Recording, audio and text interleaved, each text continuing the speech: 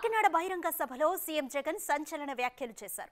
రానున్న రోజుల్లో కుటుంబాలను చీల్చే కుట్రలు జరుగుతాయంటూ హాట్ కామెంట్స్ చేశారు. అంతేకాకుండా ఇంటికో కేజీ బంగారం, ఒక బెంచ్ కారు ఇస్తామంటూ ఆఫర్లు కూడా చేస్తారని వ్యాఖ్యానించారు.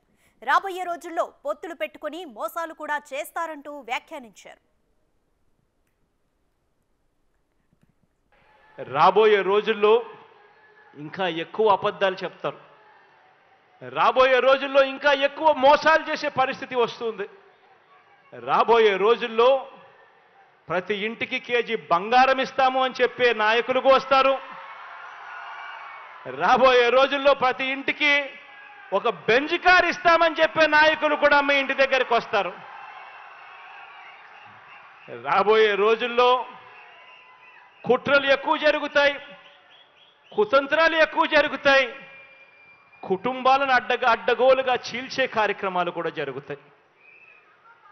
రాబోయే రోజుల్లో పొత్తులు ఎక్కువగా పెట్టుకుంటారు, కుటుంబాలను చీలుస్తారు, రాజకీయాలు చేస్తారు, అబద్ధాలు చెప్తారు, మోసాలు చేస్తారు. ఇవన్నీ కూడా జరుగుతాయి. అప్రమత్తంగా ఉండమని చెప్పి మిమ్మల్ని అందరినీ కోరుతా ఉన్నా. ఇవాళ మీ బిడ్డకు వాళ్ళ మాదిరిగా కుట్రలు చేయడం చేత కాదు, మీ బిడ్డకు వాళ్ళ మాదిరిగా అబద్ధాలు ఆడడం చేత కాదు, మీ బిడ్డకు వాళ్ళ మాదిరిగా రాజకీయాలు చేయడం చేత కాదు. మీ బిడ్డకు తెలిసిన రాజకీయం ఒక్కటే, మంచి చేయడం, పేదవాడికి అండగా నిలబడడం. మీ బిడ్డ నమ్ముకున్నది కూడా ఒక్కరినే, పైన దేవుని నమ్ముకున్నాడు, కింద ఉన్న మిమ్మల్ని మాత్రమే నమ్ముకున్నాడు తప్ప మధ్యలో మీ బిడ్డ దళారులను ఎవరిని కూడా నమ్ముకోలేదు.